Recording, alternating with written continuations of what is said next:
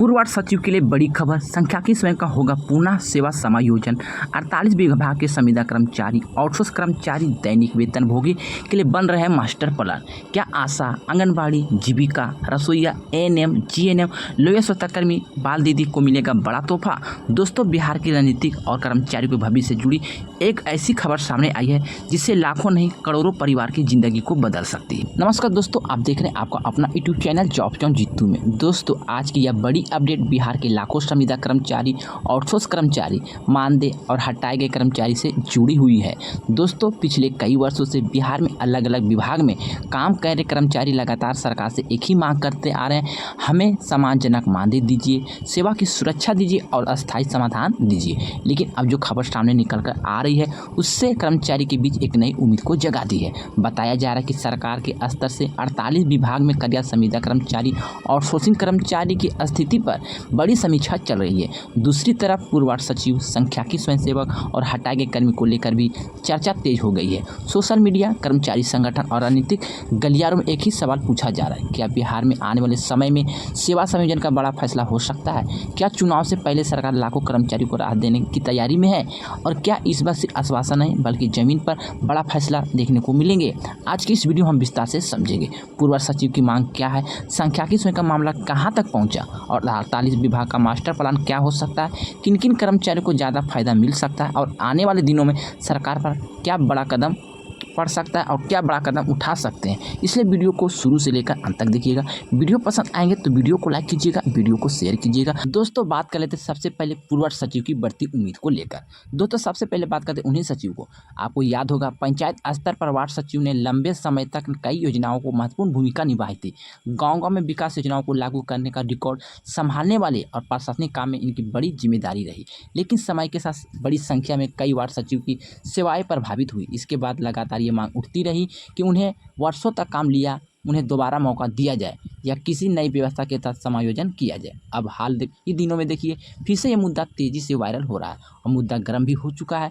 पूर्व सचिव संगठन लगातार सरकार की तरफ अपनी बात को पहुंचा रहे हैं। उनका कहना है कि अगर सरकार चाहे तो पंचायत, नगर निकाय, ग्रामीण विकास विभाग से जुड़ी कई कार्यों में अनुभवी लोगों को उपयोग कर सकते हैं। यही वजह है कि अब पुनः सेवा संयोजन की चर्चा फिर से तेज हो गई है। दोस्तों, अगर सरकार इस दिशा में कदम बढ़ाती है तो हजारों परिवार को राहत मिल सकती है, क्योंकि लंबे समय से कई लोग बेरोजगार और आर्थिक संकट का सामना भी कर चुके हैं।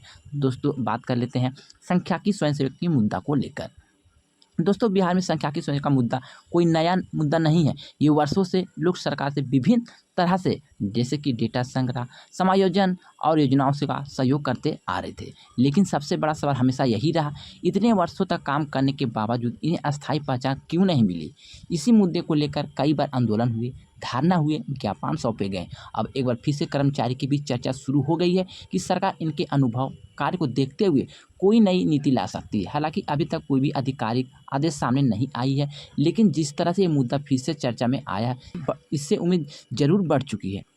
दोस्तों, सरकार के सामने सबसे बड़ी चुनौती यह है कि लाखों युवाओं और कर्मचारियों की उम्मीद अब सीधे रोजगार सुरक्षा से जोड़ चुके हैं। लोग सिर्फ अस्थायी नौकरी नहीं चाहते हैं बल्कि भविष्य की सुरक्षा चाहते हैं। दोस्तों, अब बात कर लेते हैं 48 विभाग के लिए मास्टर प्लान क्या बन रहा है। यहाँ पर आप लोग ध्यान दीजिएगा, जितने भी कर्मचारी हैं, अगर आप लोग भी बिहार से जुड़े हुए हैं तो आपके लिए वीडियो बहुत ही महत्वपूर्ण होने वाला है। सबसे बड़ा सवाल है कि आखिर यह मामला जो कि 48 विभाग का मास्टर प्लान है क्या। तो दोस्तों, पिछले कुछ समय से लगातार यह चर्चा चल रही है कि बिहार सरकार अलग अलग विभाग में कार्यरत संविदा औसत कर्मचारी का डेटा तैयार कर रही है। बताया जा रहा है कि कई विभाग में कर्मचारी की संख्या, उसकी सेवा अवधि, मानदेय और कार्य की स्थिति से जुड़ी जानकारी मांगी गई है। अगर ऐसा होता है तो इसका मतलब साफ है कि बिहार सरकार किसी बड़े निर्णय की तैयारी कर रही है। दोस्तों, अब सवाल उठता है, क्या यह फैसला नियमितीकरण से जुड़ा है या फिर मानदेय वृद्धि तक सीमित रहेगी। दोस्तों, अभी तक इसकी आधिकारिक पुष्टि नहीं हुई है, लेकिन राजनीतिक माहौल, कर्मचारी को बढ़ते दबाव को देखते हुए संभावना जरूर जताई जा रही है कि आने वाले महीनों में कोई बड़ा पैकेज या राहत योजना सामने आ सकती है। दोस्तों, अब बात कर लेते हैं किन कर्मचारियों को मिल सकता है फायदा। तो यहाँ पर जो भी कर्मचारी ध्यान से समझिएगा, क्योंकि सभी की जानकारी यहाँ पर मैं बताने वाले हैं। अब बात करते हैं उन कर्मचारियों की जिनकी उम्मीद सबसे ज़्यादा बढ़ चुकी है। जैसे कि सबसे पहले देखिए तो आशा कार्यकर्ताओं को। स्वास्थ्य व्यवस्था की रीढ़ माने जाने वाली आशा कार्यकर्ता लंबे समय से मानदेय वृद्धि की मांग कर रही थी। कोरोना काल से लेकर गाँव-गाँव तक स्वास्थ्य सेवाएं पहुँचाने वाली आशा कार्यकर्ता की भूमिका बेहद ही महत्वपूर्ण रही। लेकिन आज कई आशा बहनों का कहना है मेहनत के हिसाब से भुगतान नहीं मिलता है। आंगनबाड़ी सेविका, सहायिका, महिला एवं बाल विकास योजनाओं को गांव तक पहुंचाने वाली आंगनबाड़ी सेविका, सहायिका भी लंबे समय से वेतन वृद्धि और सरकारी कर्मचारी का दर्जा की मांग कर रही है। इनका कहना है कि जिम्मेदारी लगातार बढ़ती जा रही है, लेकिन सुविधा नहीं घट रही है और न ही हमको उस तरह का वेतन दिया जा रहा है। दोस्तों, अब बात कर लेते हैं जीविका दीदी को लेकर। ग्रामीण महिलाओं को आत्मनिर्भर बनाने में जीविका दीदी का बड़ा योगदान रहा है, लेकिन कई जगहों पर इन्हें अस्थायी सुरक्षा, बेहतर भुगतान की मांग देखने को मिला है। अब बात कर लेते हैं रसोइया कर्मी को लेकर, जो कि मिड डे मील योजना में काम करने वाले रसोइया कर्मी की स्थिति भी किसी से छिपी नहीं है। कम मानदेय में वर्षों से काम ले रहे हैं। कर्मचारी लगातार सम्मानजनक वेतन की मांग भी उठा रहे हैं। दोस्तों, अब बात कर लेते हैं एएनएम और जीएनएम को लेकर, जो कि स्वास्थ्य विभाग में कार्यरत एएनएम और जीएनएम कर्मियों ने भी समय समय पर अपनी मांग को लेकर आवाज़ उठाई है। इनका कहना है कि अस्पताल और स्वास्थ्य केंद्रों में काम का दबाव लगातार बढ़ता जा रहा है, लेकिन हम लोग का मानदेय यूँ का वहीं रुका हुआ है। हम लोग का भी मानदेय बढ़ाया जाना चाहिए। अब बात करते हैं लोहिया स्वच्छता पर्यवेक्षक, स्वच्छता कर्मी को लेकर। दोस्तों, लोहिया स्वच्छता कर्मी का मुद्दा भी काफ़ी दिनों से चर्चा में रहा है। गांव की सफाई व्यवस्था को संभालने वाले इन कर्मियों की मांग है कि उन्हें अस्थायी व्यवस्था, बेहतर वेतन दिया जाए और जो भी बकाया मानदेय है उसे जल्द से जल्द रिलीज किया जाए। किसी का 6 महीना, किसी का साल भर का मानदेय रुका हुआ है और ऐसी स्थिति आ चुकी है कि उसका घर परिवार सही ढंग से नहीं चल पा रहा है, क्योंकि इतने कम मानदेय के बावजूद भी उन्हें समय पर वेतन नहीं मिल पा रहा है, जिससे उसके आर्थिक कठिनाइयों का सामना करना पड़ रहा है। अब बात कर लेते हैं बाल दीदी को लेकर। नई शिक्षा और सामाजिक योजना में काम कर रही बाल दीदी की भी मांग सरकार उनकी सेवाओं की अस्थायी पहचान दे, ये भी लगातार सरकार से मांग उठा रही है। दोस्तों, अब बात करते हैं राजनीति की। जैसे जैसे ग्रामीण पंचायत चुनाव नज़दीक आते जा रहे हैं, कर्मचारियों से जुड़े मुद्दे और भी महत्वपूर्ण होते जा रहे हैं, क्योंकि बिहार में संविदा कर्मचारी, आउटसोर्स कर्मचारी, मानदेय कर्मचारी की संख्या लाखों में है। अगर परिवार को जोड़ दिया जाए तो ये संख्या करोड़ों में पहुंच सकते हैं। यही वजह है कि अब हम हर कर्मचारी को खुश करना चाहते हैं और लगातार सरकार से मांग भी करना चाहते हैं कि जितने भी कर्मचारी हैं, जो भी संविदा पर है, आउटसोर्स पे है, उनकी मांग लगातार जो उठाए जा रहे हैं उसे जल्द से जल्द पूरा किया जाए। अब सवाल है, क्या बिहार सरकार चुनाव से पहले बड़े फैसले ले सकते हैं, क्योंकि कुछ दिन के बाद ग्रामीण स्तर पर पंचायती राज चुनाव होने वाले हैं। दोस्तों, राजनीतिक जानकारों का मानना है कि अगर सरकार कर्मचारी को राहत देना चाहती है तो इसका सीधा असर आप सभी के माहौल पर पड़ सकता है। दोस्तों, कर्मचारियों का दर्द। दोस्तों, ज़रा सोचिए, एक कर्मचारी वर्षों तक काम करता है, सुबह से शाम तक जिम्मेदारी को निभाता है, सरकारी योजनाओं को ज़मीन तक पहुंचाता है, लेकिन महीने के अंत में उन्हें इतना कम मानदेय मिलता है कि उसका परिवार चलना मुश्किल हो जाता है। यही दर्द आज लाखों कर्मचारी के अंदर है। इन कर्मचारियों में से जिनके बच्चे पढ़ाई भी छोड़ने की स्थिति पर पहुँच चुके हैं, कई लोग कर्ज में डूब चुके हैं, कई कर्मचारी उम्र निकल जाने के बाद भी अस्थायी नौकरी का इंतजार कर रहे हैं। यही वजह है अब आंदोलन भी तेजी से हो रहे हैं।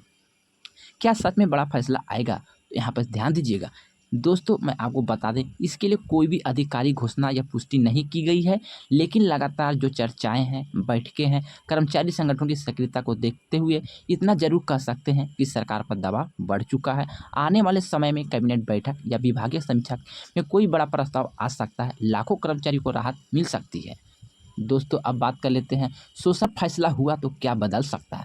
अगर सरकार कोई बड़ा कदम उठाता है तो इसका असर हो सकता है कर्मचारी की स्थिति सुधरेगी, गांव स्तर पर योजनाओं का काम और मजबूत होगा, स्वास्थ्य शिक्षा व्यवस्था में काफ़ी मजबूती मिलेगी, कर्मचारी का मनोबल बढ़ेगा, बेरोजगारी का दबाव कुछ हद तक कम हो सकता है। सबसे बड़ी बात है, लाखों परिवार की भविष्य की सुरक्षा मिलने की उम्मीद जागेगी।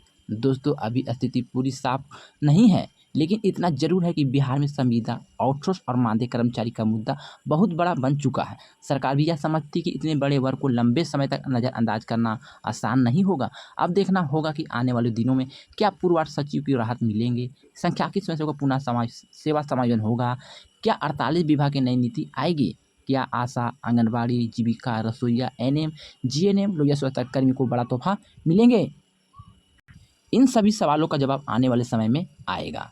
दोस्तों, आप क्या सोचते हैं कि बिहार सरकार को संविदा, आउटसोर्स कर्मियों के लिए अस्थायी नीति लानी चाहिए?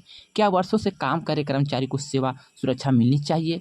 अपनी अपनी राय कमेंट बॉक्स में ज़रूर बताइएगा। दोस्तों अगर ये वीडियो आपको थोड़े से भी अच्छे लगे, थोड़े से भी लाभदायक लगे तो वीडियो को ज़्यादा से ज़्यादा शेयर करिए।